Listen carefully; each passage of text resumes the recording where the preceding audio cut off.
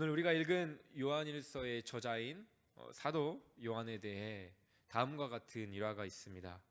사도 요한이 노쇠하여서 더 이상 설교할 수 없는 나이가 되었을 때 이따금씩 에베소 교인들에게 한마디씩 그냥 권면할 뿐이었다고 합니다. 그런데 사도 요한은 권면할 때마다 어린 자녀들이여 서로 사랑하시오 라는 이 말만 계속해서 되풀이했다고 합니다. 이럴 때마다 이에 식상함을 느낀 한 회중이 왜 매번 같은 말만 되풀이하십니까? 묻자 사도 요한은 이렇게 대답했다고 합니다. 이것이 바로 주님의 명령이기 때문입니다. 여러분이 이것만 잘 실천한다면 이것만으로도 충분합니다. 성도가 서로 사랑하는 것을 사도 요한이 얼마나 강조했는지 잘 보여주는 일화입니다. 오늘 우리가 읽은 요한일서는 바로 이 서로 사랑하라는 말씀을 계속해서 반복해서 강조합니다. 우리는 질문을 할 수가 있겠죠. 왜 이토록 반복하며 강조하는 것일까요? 교회 공동체에 서로 사랑하는 것이 너무나도 중요하기 때문일 것입니다. 그리고 왜 계속해서 강조할까요? 또 우리가 다르게 생각해 본다면 너무나도 중요하지만 한편으로는 우리가 너무나도 우리 모두가 서로 사랑하라는 말씀을 잘 알고 이 서로 사랑하는 것이 너무나도 중요하다는 것을 알지만 그만큼 잘 실천되지 않는 것도 없기 때문일 것입니다. 이처럼 우리에게 매일 기억되고 강조되어야 할 서로 사랑하라는 주님의 명령에 대해서 오늘 말씀을 통해 시간 함께 살펴보길 원합니다. 요한일서의 모든 말씀은 1장 3절에서 요한이 이야기하고 있는 것처럼 그들이 눈으로 보고 만지고 들은 바 된 생명의 말씀이신 곧 예수 그리스도에 관한 말씀입니다. 그리고 요한은 예수 그리스도 곧 생명의 말씀을 전하는 이유에 대해서 교회 공동체로 하여금 서로 사귐이 있게 하려 합니다 라고 말씀하고 있습니다. 그러니까 이 1장 3절이 요한일서 전체의 주제이자 핵심인 것이죠. 서로 사귐이 있게 하려 합니다. 하나님 아버지와 그 아들 예수 그리스도와 더불어 누리며 그 안에서 형제자매가 서로 사귐이 있게 하고자 오늘의 말씀을 전하고 있는 것이죠. 5절에서는 이를 빛과 어둠에 비유하여 그리고 대조하며 풀어 말씀하고 있습니다. 먼저 무엇보다도 하나님은 빛이시다 말씀하고 있습니다. 이것을 우리가 어떻게 묵상하고 생각해 볼 수 있을까요? 하나님이 빛이시다. 이 빛을 묵상해 봤을 때 저는 창세기 1장이 떠올랐습니다. 창세기 1장에서 등장하는 하나님의 창조 사역을 우리가 살펴보면 창세기 1장 3절에 하나님께서는 다른 어떠한 창조보다도 빛을 가장 먼저 창조하셨다는 사실을 우리는 알 수 있습니다. 빛으로부터 창조를 시작하셨고 빛으로부터 모든 것이 시작된 것이죠. 이후에 창조하시는 모든 것의 존재와 그 존재들의 유지가 이 빛으로 말미암아 가능하다는 것을 우리는 생각할 수가 있습니다.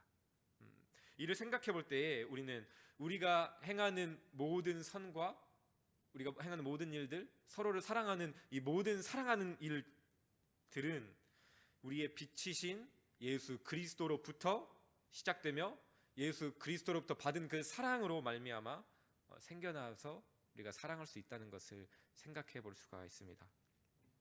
이어서 사도 요한은 6절과 8절, 10절 총 3번에 걸쳐서 잘못된 거짓된 주장들에 대해서 이야기를 하고 있습니다. 비슷한 구조가 반복이 되는데요. 만일 우리가 뭐뭐 하다고 한다면 뭐뭐 하지 않는 것이다.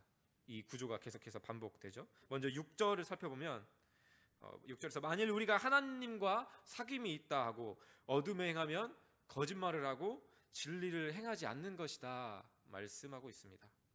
그렇다면 우리는 생각을 해봐야겠죠. 여기서 말하는 어둠에 행하는 일이 무엇인가? 어둠에 행하는 일이란 무엇일까요? 우리가 이 1장만 보면 조금 난해할 수 있는데 2장 9절과 11절을 보면 어둠에 행하는 일이 무엇인지 명확히 말씀하고 있습니다. 우리 2장 9절과 11절 차례대로 한번 읽어보겠습니다. 먼저 9절입니다. 빛 가운데 있다 하면서 그 형제를 미워하는 자는 지금까지 어둠에 있는 자요. 11절 그의 형제를 미워하는 자는 어둠에 있고 또 어둠에 행하며 갈 곳을 알지 못하나니 이는 그 어둠이 그의 눈을 멀게 하였습니다. 2장 9절과 11절을 살펴보면 매우 분명하게 형제를 사랑하지 않고 도리어 미워하는 일이 어둠에 행하는 일이다라고 말씀하고 있다는 것을 알 수 있습니다. 두 번째 주장인 8절에서는 만일 우리가 죄가 없다고 말하면 스스로 속이고 진리가 우리 속에 있지 아니한 것이다 말씀하고 있습니다. 그리고 세 번째 거짓 주장인 10절에서는 만일 우리가 범죄하지 아니하였다 하면 하나님을 거짓말하는 이로 만드는 것이요 그의 말씀이 우리 속에 거하지 아니하는 것이다 라고 말씀하고 있습니다. 6절과 8절, 10절 이 세 구절을 자세히 살펴보시면 동일하거나 비슷한 키워드가 계속해서 반복된다는 것을 알 수가 있습니다. 먼저 앞부분을 보면 어둠, 6절에서는 어둠, 8절에서는 죄, 10절에서는 범죄, 어둠, 죄, 범죄, 그리고 거짓말, 스스로를 속임, 하나님을 거짓말하는 이로 만드는 것, 그리고 마지막에는 진리를 행하지 않음, 진리가 우리 속에 있지 않음, 그의 말씀이 우리 속에 있지 않음. 이처럼 동일하거나 유사한 키워드가 반복된다는 것을 알 수 있습니다. 즉, 이 세 구절이 동일하거나 혹은 연결된 구절로 우리가 보고 해석하는 것이 자연스럽습니다. 이를 염두에 두고 8절과 10절을 본다면 8절과 10절에서 말하고 있는 죄와 이 범죄는 우리가 생각하는 일반적인 죄도 우리가 생각해 볼 수 있겠지만 그것보다는 매우 구체적으로 요한일서에서 말하고 있는 일, 즉 6절에서 말하고 있는 어둠에 행하는 일, 즉 형제를 사랑하지 않고 미워하는 일이라고 보는데 전혀 무리가 없어 보입니다. 정리를 하자면 사도 요한은 이렇게 말하고 있는 것이죠. 하나님과 사귐이 있다고 말하면서 형제와 사귀지 않는 것은, 하나님을 사랑한다고 말하면서 형제를 사랑하지 않는 일은 있을 수 없는 일입니다. 그것은 거짓말입니다 라고 말하는 것이죠. 마치 이런 일과 같죠. 누군가 어두운 그 어두컴컴한 탄광 안에서만 머무르길 좋아하면서 그 탄광 안에서만 머무르면서 저는 선탠하는 것을 즐겨해요, 오늘도 선탠했어요 라고 말한다면 우리는 그 사람 보고 뭐라고 말하겠습니까? 거짓말이라고 하겠죠. 있을 수 없는 일이다. 어떻게 그 탄광 안에서 선탠을 하느냐, 거짓말 한다고 우리 말하겠죠. 말도 안 되는 소리죠. 마찬가지로 하나님을 사랑한다고 말하면서 형제를 사랑하지 않고 미워하는 일은 신자로서 거짓된 일이고 있을 수 없는 일, 더 구체적으로 죄라고 말하고 있는 것입니다.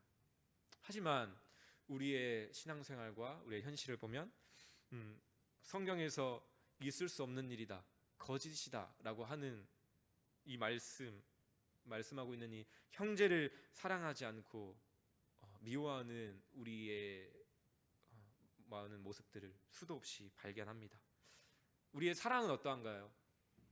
우리의 형제 사랑 한번 생각해 보십시오. 내 옆에 있는 내 마을원들, 교사로서 나의 학생들, 혹시 내가 사랑하고 싶은 사람만 사랑하고 있지는 않습니까?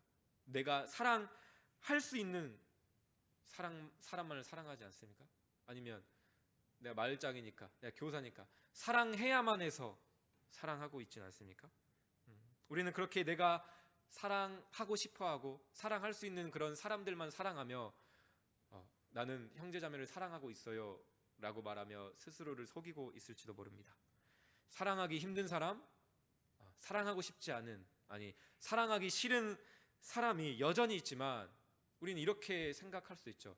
내가 그를 적극적으로 미워하거나 싫어하진 않으니까, 그에게 내가 직접적으로 안 좋은 말은 안 했으니까, 내가 그를 사랑하지 못해도 미워하진 않았으니까 그 정도면 됐지 라고 생각하면서 그런 마음에 그친 우리의 모습들도 있을 것입니다.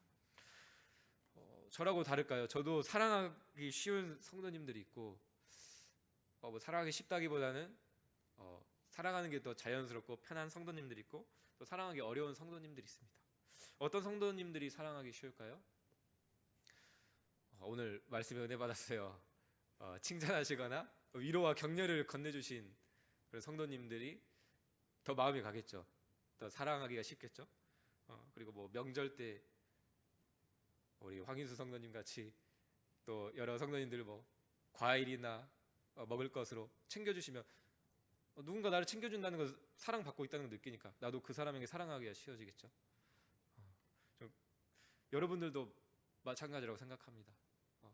내가 어떤 마을원들이 더 편하지? 어떤 마을원들에게 내가 더 마음이 가고 더 사랑하기가 쉽지? 어떤 학생들이 더 사랑하기가 쉽지? 그것들을 생각해 본다면 아마 비슷할 것입니다. 그러면 어떤 성도님들이 어려울까요? 이건 제가 직접 말할 수가 없죠. 그래서 여러분은 어떤 성도님들이 어려우신가요? 어떤 마을원들이 어려우신가요? 아마 그것들을 생각해 보면 비슷할 것이라고 생각합니다. 그런데 특별히 저에게는 가장 사랑하기 어려운 성도님들이 있습니다. 이분들은 제가 실명을 거론을 할 수가 있는데요. 우리 박용주 성도님, 박성식 성도님, 우리 명어진별 성도님, 또 우리 박희환 성도님들이십니다. 제가 사랑하기 싫은 것도 아니고 미워하는 것도 아닌데 사랑하기가 어렵습니다. 이거 정말 솔직한 고백인데요. 제가 아주 가끔 실수로 음식을 많이 해서 음식을 나눠 드릴 때가 있어요. 저희 2명밖에 없는데 음식을 많이 해서 좀 드세요.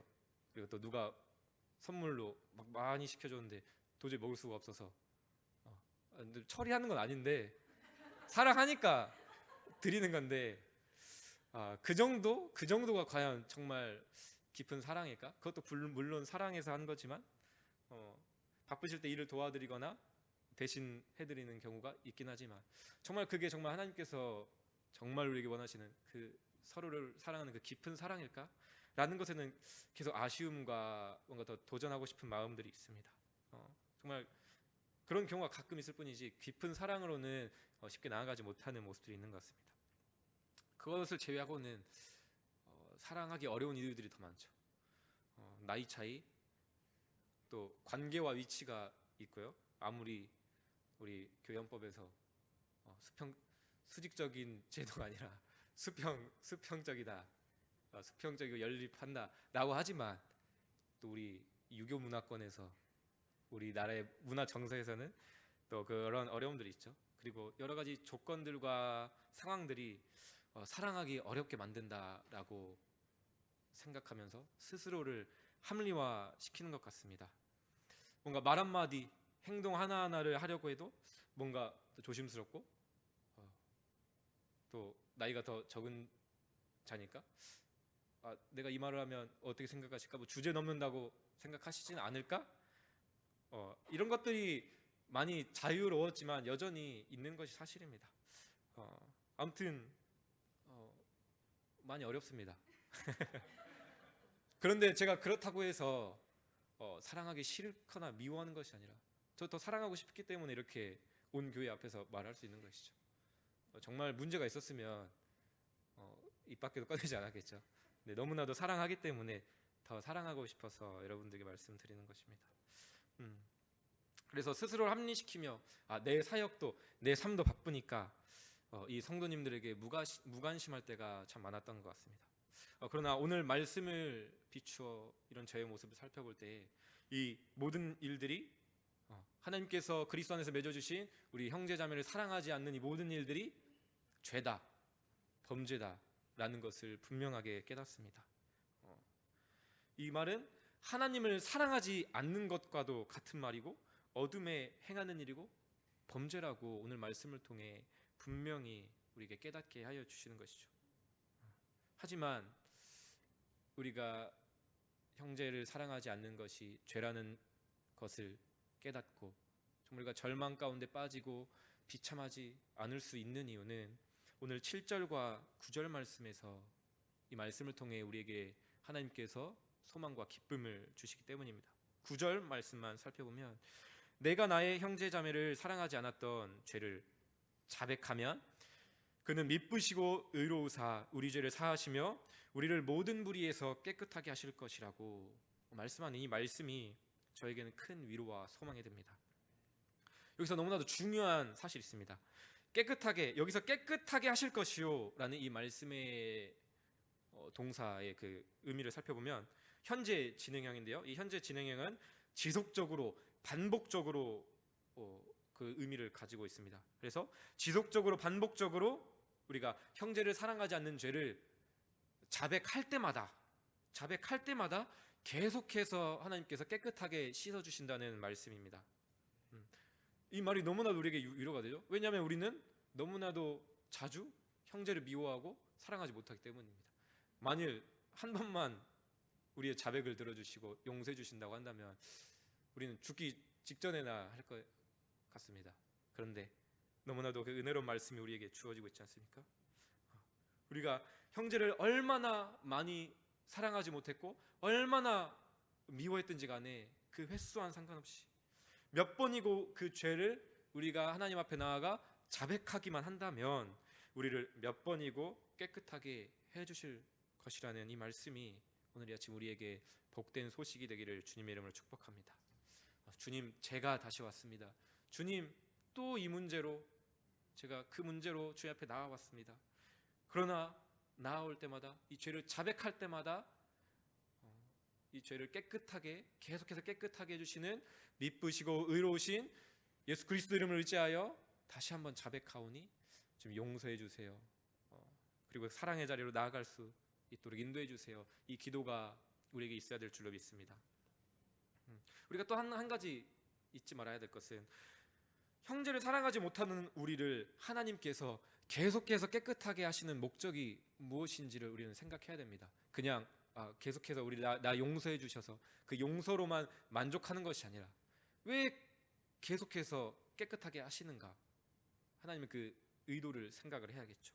그것은 바로 사랑하지 못하는 우리를 그저 용서해 주시는 것에서 그치는 것이 아니라 그 용서를 계속해서 받음으로 말미암아 다시금 계속해서 사랑을 실천하는 자리로 형제를 사랑을 실천하는 자리로 사랑을 도전하는 자리로 넘어져도 다시 계속해서 나아가기를 원하시는 하나님 아버지의 마음과 뜻이 있는 것이죠.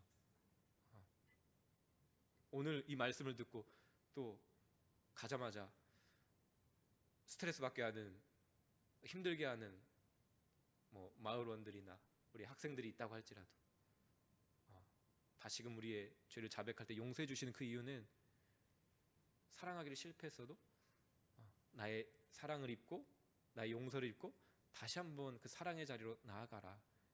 다시 한번 서로 사랑하는 길을 도전하고 실천하라는 그 마음을 우리에게 주시는 것이죠. 평생을 형제 사랑하기에 실패한다고 할지라도 영원히 용납하시며 다시 사랑의 자리로 보내시는 하나님 앞에 우리의 죄를 자백하며 계속해서 형제 사랑하기를 도전하고 실천하는 저와 여러분이 되기를 주님의 이름으로 축복합니다.